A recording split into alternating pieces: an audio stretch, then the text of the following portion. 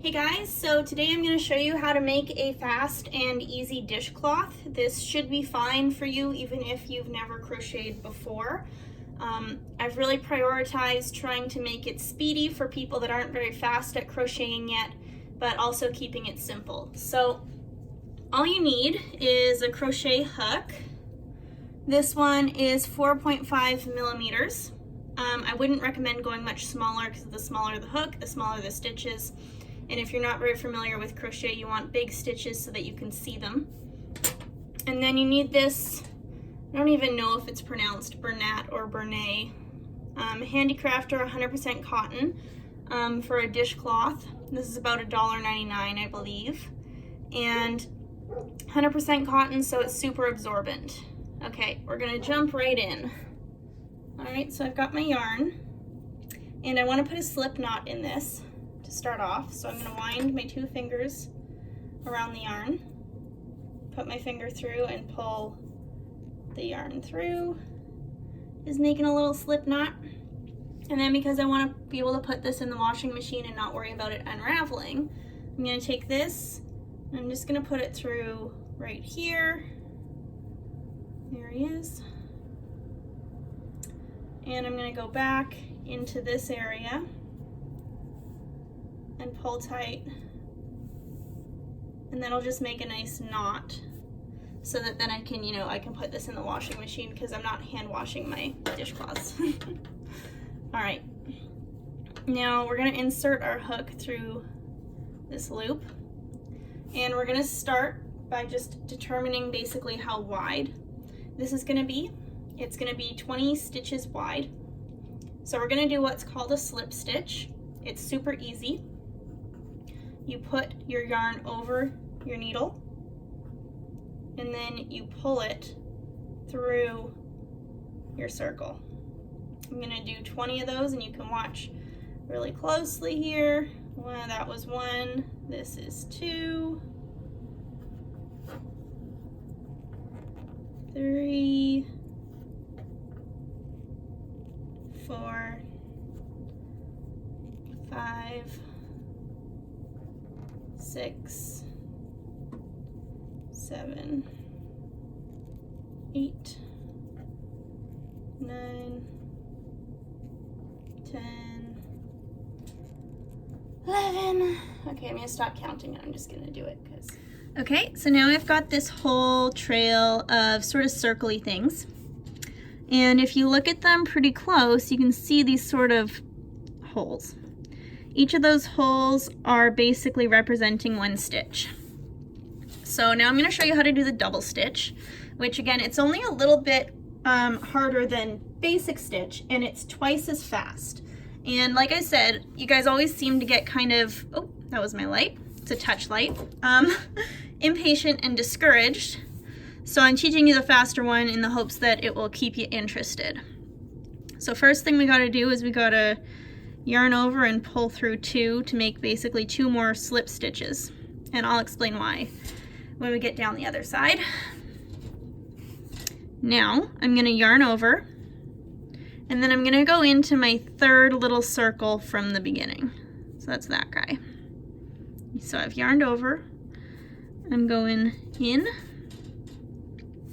I'm going to yarn over again, and I'm going to pull this guy just under this guy. So what you want to do is use the little hook on your hook to catch the thread and pull it through. Great, now I've got 3.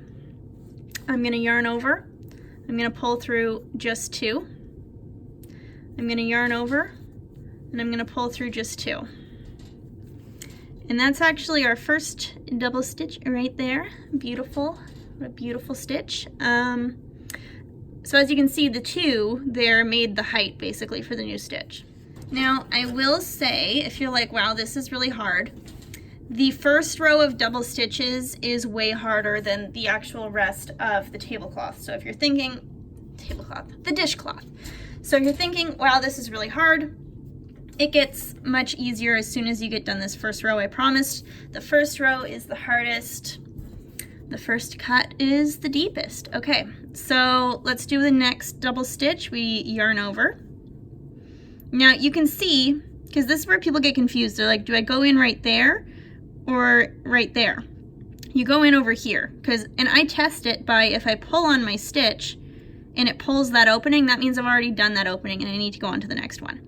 So I've yarned over, I'm going into the next one. Oh, and I have to actually look at my yarn. And I've made this too tight for my hook. It's a rookie mistake. Okay, there we go, I've got it through. I'm yarning over, I'm pulling through. I'm yarning over, I'm pulling through 2. I'm yarning over, I'm pulling through 2. All right, I'm gonna show you one more. I yarn over. Again, if I tug on this, I've already gone on this opening, so I'm going in that opening. I'm gonna put my hook through. Ha, it was easy that time. And then I'm gonna yarn over. I'm gonna pull it, I lost it. I'm gonna yarn over, I'm gonna pull it under the white one. I'm gonna yarn over, I'm gonna pull through 2, yarn over, pull through 2.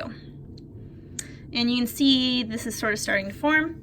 Just to give you the benefit of the doubt, I'll show you how to do one more, and then I'm just gonna cruise down, putting one in every single one of these little holes till I get to the end. Yarned over, going into my next one, yarned over, pulled through, did it faster that time, which eventually you'll just naturally do it like that. Yarned over, pull through 2, yarned over, pull through 2. Okay, we got it? We good? I'll show you one more time. Yarn over, into the next opening, yarn over, pull through 1, yarn over, pull through 2, yarn over, pull through 2. Okay, I'm gonna breeze all the way down the row like that, and you should too, and then we will meet back at the end of the row.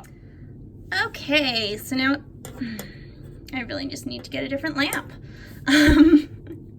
So now you can see we've made it all the way down the row, and this is where our large sized crochet hook comes in handy, because these are big stitches and you can really see in between each of them, hey? These gaps, we're gonna be working in the gaps for the remainder of our cloth here. So when you get better, you can use a smaller size needle, which will make all of this just smaller. So I've made it to the end of the row. How do I get going back the other way? First of all, I flip. There we go. I'm flipped. Okay. Now I need to make some height. So to make height, I yarn over and pull through 1 slip stitch. I yarn over and I pull through another slip stitch. That gives me height. Now all of these big circles are where I'm going to put my double stitches in, going back along the row. So this is where, you know, having big stitches, big needles makes this way easier, because you can see those. So again, I've done my height. I yarn over, I go in, I yarn over. You can't really see what I'm doing on the other side there. I pull through, I yarn over, I pull through 2, I yarn over, and I pull through 2. It's my first stitch of my new row. And now I'll go into my second one. So I yarn over, I go into this next big hole, I grab with my hook, I bring through, I yarn over, I pull through 2, I yarn over, I pull through. Ah! I lose everything. Okay, but I can find it again. 1, 2. Ah! I'm sorry. You know I'm not a professional. Mama's not a YouTuber. Mama's just trying to help. Okay, I'm back. I yarn over, I pull 2 through, pull through 2. Okay, just because I was confusing last time, I'll do a third one with you here. Yarn over, into the next big hole, pull through, yarn over, pull through 2, yarn over, pull through 2. And we just continue all the way back down the other side like that. Okay, so I am at the end of this last row, and I just want to say sometimes this very last guy here can kind of hide, like these can get kind of scrumpled together. So just pull it out and see, is there a massive gap there? Yes. Okay, so then I'll yarn over, put in, and then, you know, yarn over, pull through, yarn over, pull through 2, yarn over, pull through 2. Okay, so now we've done 2 rows.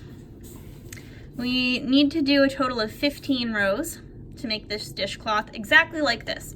So I'm gonna show you how to turn over and get to the next row one more time. Maybe I'll show you 2 more times if I'm feeling generous.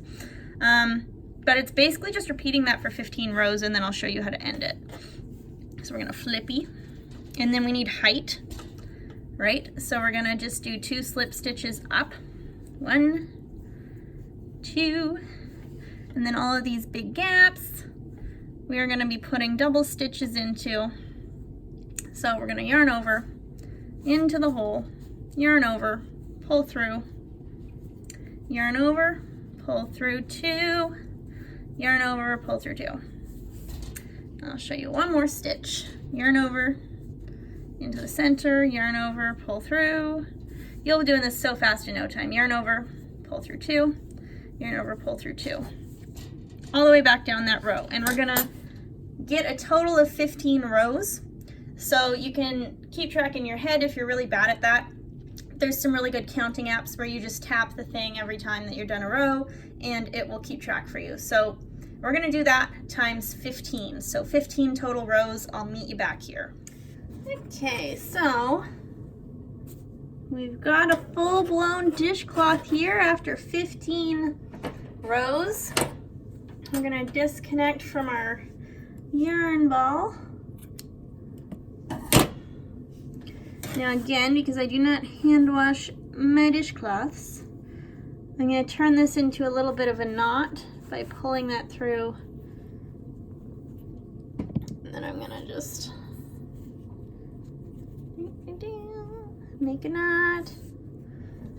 And then what we're gonna do with these ends is very simple. We're just gonna weave them through to make them disappear. So we're gonna go,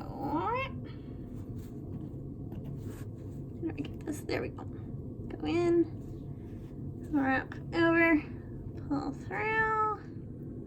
And with our ends tucked through, we have a very functional dishcloth. So it's small, it's meant to be small so that you'll, you know, stick with it and finish a project and then have all of the validation. Yeah, so obviously like I just weaved these through each end, just back through, kind of make them disappear. If you wanted to make a bigger dishcloth, instead of doing 20 by 15, you could do 40 by 30. But yeah, that's how it is done, folks. It is pretty darn easy. And, you know, if you're looking at yours and you're like, oh, mine's not as uniform. Yeah, you know, like, it'll get more uniform the more you do it. Just keep doing it. And, yeah, good stuff.